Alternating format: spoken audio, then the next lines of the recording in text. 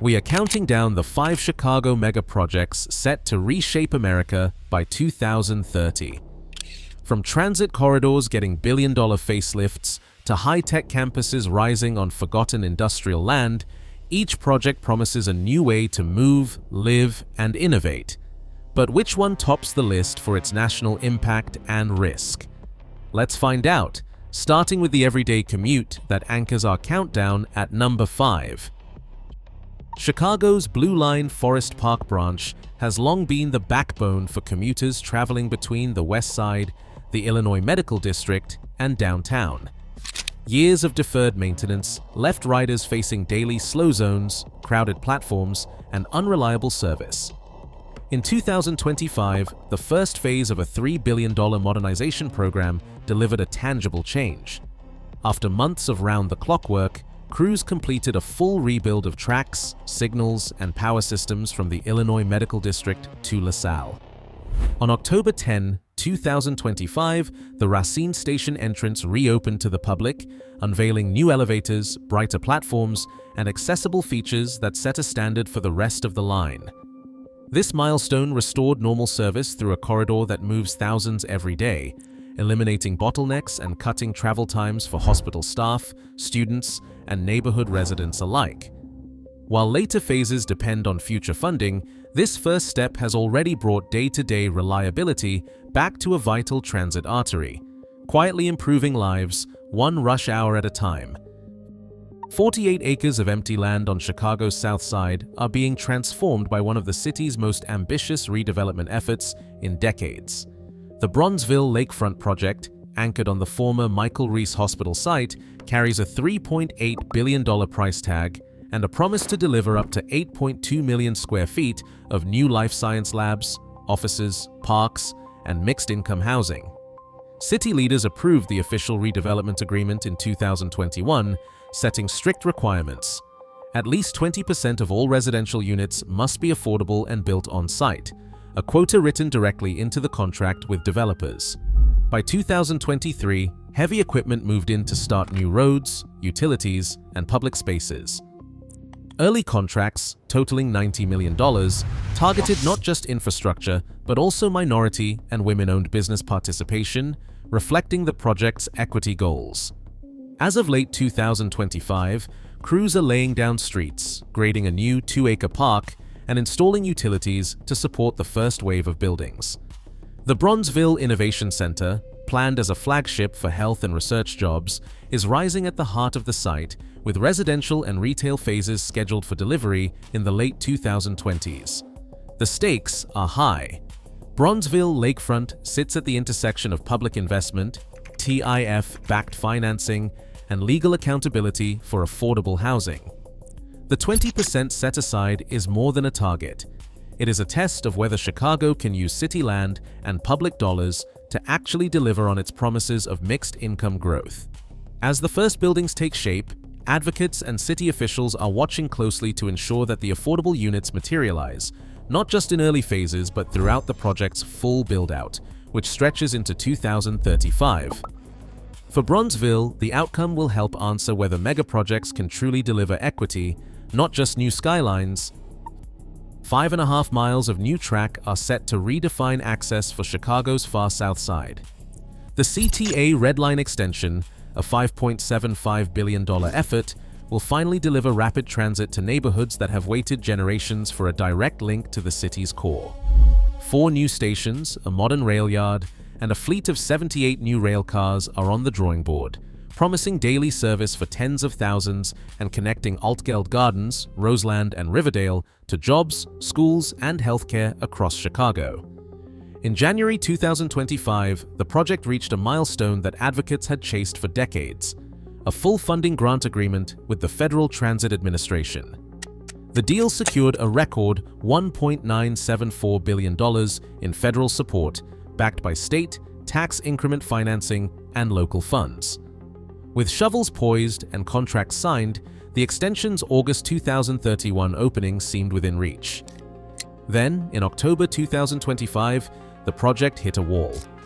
Federal officials froze $2.1 billion in CTA funding across multiple projects, citing concerns over compliance with disadvantaged business enterprise rules. The news sent shockwaves through City Hall. For 3 days, emergency meetings stretched late into the night. Mayoral aides, state lawmakers, and CTA executives dialed Washington, searching for a path forward. Compliance teams scrambled to review procurement records and negotiate corrective action.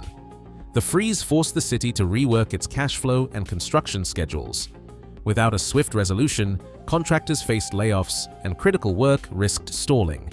Community leaders, who had spent years rallying for the extension, now found themselves fighting to keep the promise alive.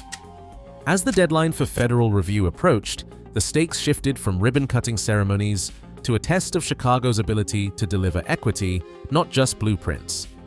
The Red Line extension's future now hinges on more than engineering. It depends on trust, accountability, and the city's will to overcome the politics of infrastructure. On the southern edge of Chicago's lakefront, a 128-acre construction zone now carries the weight of a national technology bet. This is the Illinois Quantum and Microelectronics Park, Phase 1 of a planned 440-acre campus, rising from the dormant grounds of the old U.S. Steel South Works. The project broke ground on September 30, 2025, fueled by a $500 million commitment from the state of Illinois and the promise of putting Chicago at the center of the quantum computing race. PsiQuantum, a California-based leader in the field, has signed on as the anchor tenant. Their goal is to develop the first fault-tolerant quantum test systems in the United States, with support from DARPA and a network of university and industry partners.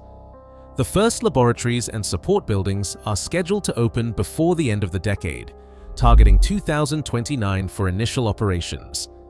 If successful, these facilities could accelerate breakthroughs in pharmaceuticals, energy, and national security, sectors where quantum capability could redraw the limits of what's possible. But the site's industrial legacy lingers beneath the surface. EPA files document. Decades of heavy metal contamination in the soil and groundwater, a byproduct of steelmaking that shaped the city's fortunes for generations. Remediation plans, reviewed and approved by the Illinois EPA, prioritize the most urgent parcels, allowing construction to proceed while long-term monitoring and cleanup continue. Community groups remain vigilant, pressing for public access to the lakefront and full transparency on environmental progress as each phase unfolds. State officials tout the park as a $20 billion economic engine, projecting thousands of high-skilled jobs and a new identity for a stretch of shoreline once defined by abandonment.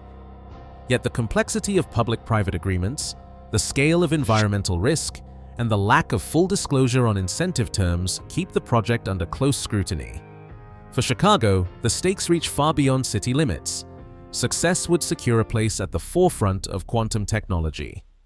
Failure would leave a costly reminder of how hard it is to turn vision into reality on contaminated ground.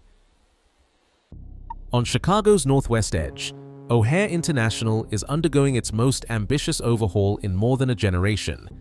The $12 billion O'Hare 21 program is reshaping the airport's future, beginning with the first new concourse in over 30 years. Satellite 1, or Concourse D, will add 19 gates when it opens in 2028, an expansion that anchors the airport's next leap, replacing Terminal 2 with a global terminal designed for the world's largest aircraft and seamless international connections. O'Hare, already serving more than 80 million passengers annually, stands at the center of America's air travel web. Delays or congestion here ripple across the country, affecting schedules from coast to coast. The new concourse and terminal are engineered to absorb future growth, attract international carriers, and speed up connections for millions.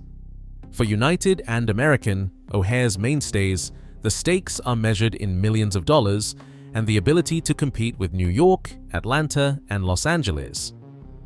The project's timeline is critical. Every month of delay risks gate shortages, rerouted flights, and lost status as a premier hub. Negotiations between the city and airlines have been tense since 2018, with disputes over design, costs, and who shoulders overruns. In 2024, news of rising construction costs forced a phased approach. Satellite 1 first, then the global terminal. once new gates are operational. Contract amendments now tie milestones to strict cost caps and risk sharing, while architects balance bold vision with budget realities. Some design features have been trimmed or delayed to keep the project on track and bond markets steady. If the schedule holds, Satellite 1 opens in 2028, clearing the way for Terminal 2's demolition and the global terminal's rise by 2032.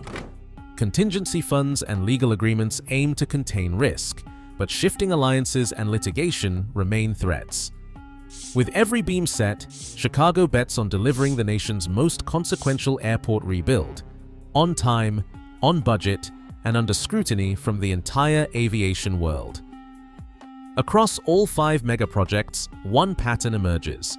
Chicago isn't just building infrastructure, it's remaking its position in America's future. Each billion-dollar gamble fuses transit, tech, and equity into the city's DNA. The lesson? Urban innovation is now Chicago's most ambitious export.